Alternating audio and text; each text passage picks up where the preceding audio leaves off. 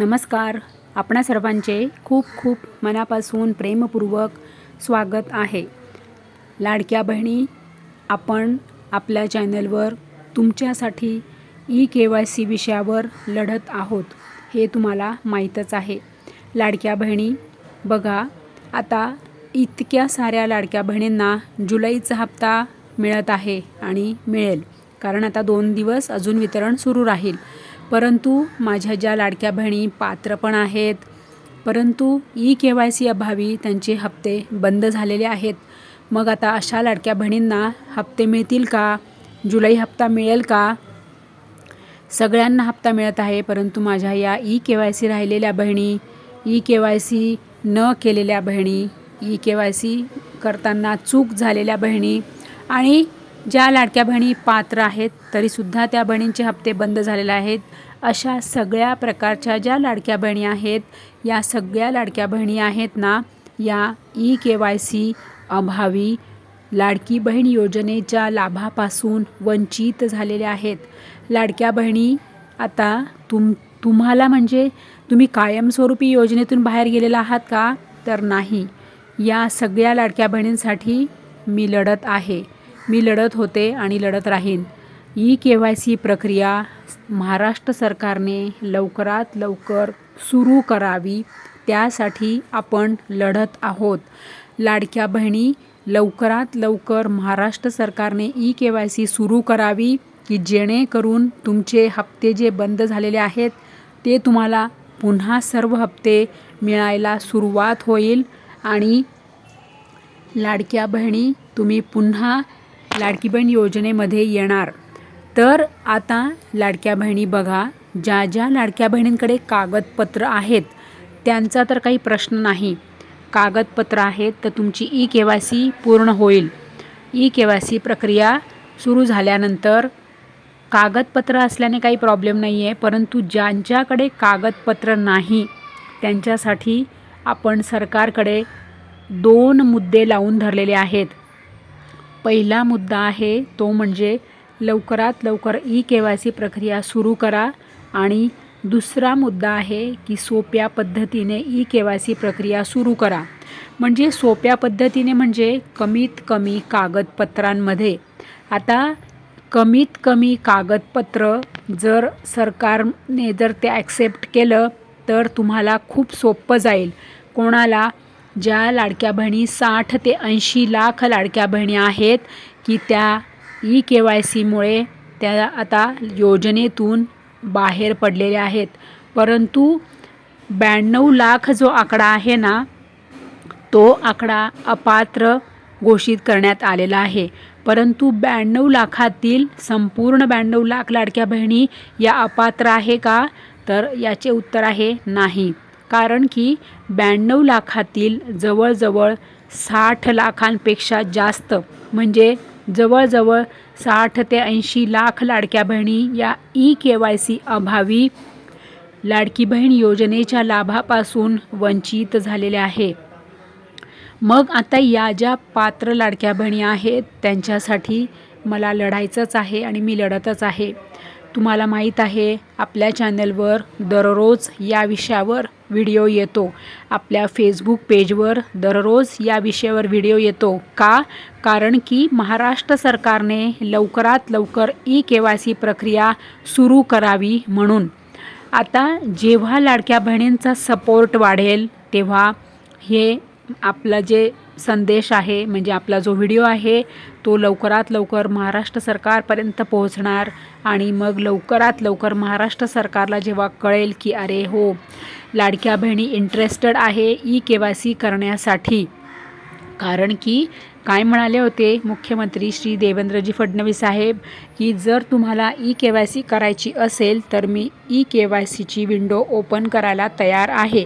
परंतु अजूनपर्यंत तसा प्रतिसाद अजूनही मिळालेला नाही. लाडक्या बहिणी बघा, आता तुमचा प्रतिसाद आणि तुमचा सपोर्ट जेव्हा हा पूर्णपणे लाभेल तेव्हा हा मुद्दा सरकारपर्यंत पोहोचेल आणि लवकरात लवकर KYC प्रक्रिया सुरू होईल. आता हे सगळं म्हणजे सर्वतोपरी हे सगळं कोणावर अवलंबून आहे? तर सगळ्या लाडक्या बहिणींवर अवलंबून आहे.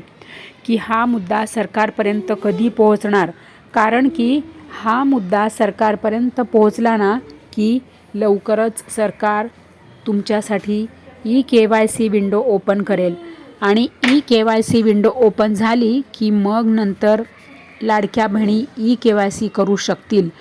तुमची ई-KYC तुम्ही केली की नंतर तुमचा ई-KYC पूर्ण केल्याचा डेटा हा सरकारकडे जाणार. मग तो डेटा अपडेट होणार आणि मग नंतर त्याच्यानंतर तुम्ही पात्र लाभार्थी यादीमध्ये तुम्ही समाविष्ट होणार आणि मग नंतर त्याच्यानंतर मग तुमचे हप्ते तुम्हाला मिळायला सुरुवात होणार.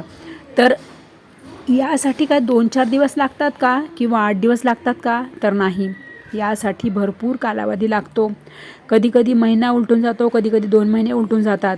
आणि म्हणूनच स्वतः मुख्यमंत्री काय सांगतायत की हे जे ई-KYCचं हे काम आहे हे काही 2-4 दिवसाचं काम नाही, किती महिने त्याच्यासाठी उलटून जातात. म्हणून आम्ही हे जे काम आमचं सुरू आहे हे कंटिन्यू सुरू आहे. कशाचं? तर ई-KYCचं आणि स्क्रुटिनीचं. म्हणजे ज्या पात्र आहेत त्या लाडक्या बहिणी योजनेत राहतात आणि अपात्र आहेत त्यांचं सगळं डेटा चेक केला जातो, त्यांची सगळी माहिती चेक केली जाते, त्यांचे कागदपत्र चेक केले जातात. म्हणजे कागदपत्र म्हणजे कोणते? तर तुम्ही योजनेसाठी जेव्हा फॉर्म भरला होता, लाडकी बहीण योजनेचा तुम्हाला लाभ मिळावा म्हणून जेव्हा तुम्ही फॉर्म भरला होता तेव्हा तुम्ही जी माहिती दिली होती ती माहिती तुमची जे काय तुमचं आता नाव, पत्ता, मोबाईल नंबर, जन्मतारीख, आता तुमचा जन्मदाखल्यावरची जी तुमची जन्मतारीख आहे ती आणि आधार कार्डवरची जन्मतारीख आणि तुमचं फॉर्मवर दिलेलं तुमची सगळी माहिती, आता हे सगळं जर वेगवेगळं असेल तर मात्र तुम्हाला पुन्हा लढावं लागेल. तुमची जर माहितीमध्ये चूक आढळली सरकारला तर तुम्ही अपात्र घोषित होणार, हे लक्षात घ्या.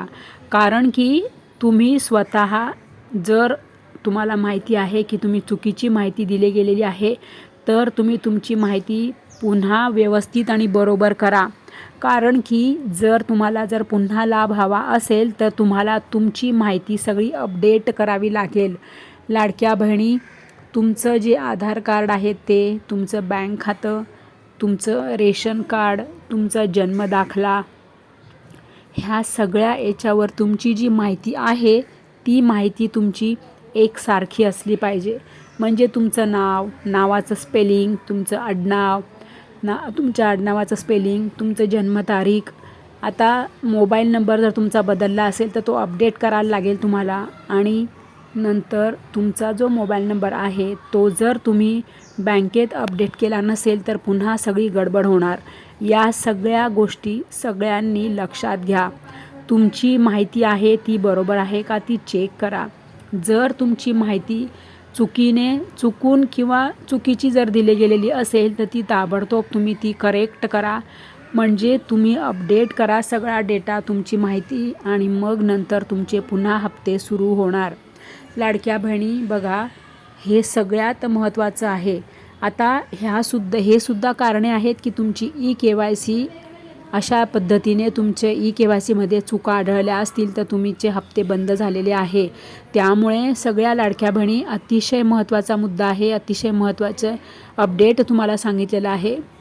कृपया करून हा व्हिडिओ सगळ्यांना शेअर करा आणि आठवणीने सगळ्या लाडक्या बहिणी भरभरून सपोर्ट करा. व्हिडिओला लाईक करा आणि आपलं चॅनल आणि आपलं फेसबुक पेज फॉलो करा, चॅनल सबस्क्राईब करा आणि पर्याय निवडा. म्हणजे तुम्हाला प्रत्येक व्हिडिओचे नोटिफिकेशन तुमच्यापर्यंत सर्वात आधी मिळेल. कोणतेही अपडेट आणि कोणताही व्हिडिओ, कोणतीही बातमी तुमची मिस व्हायला नको. So thank you.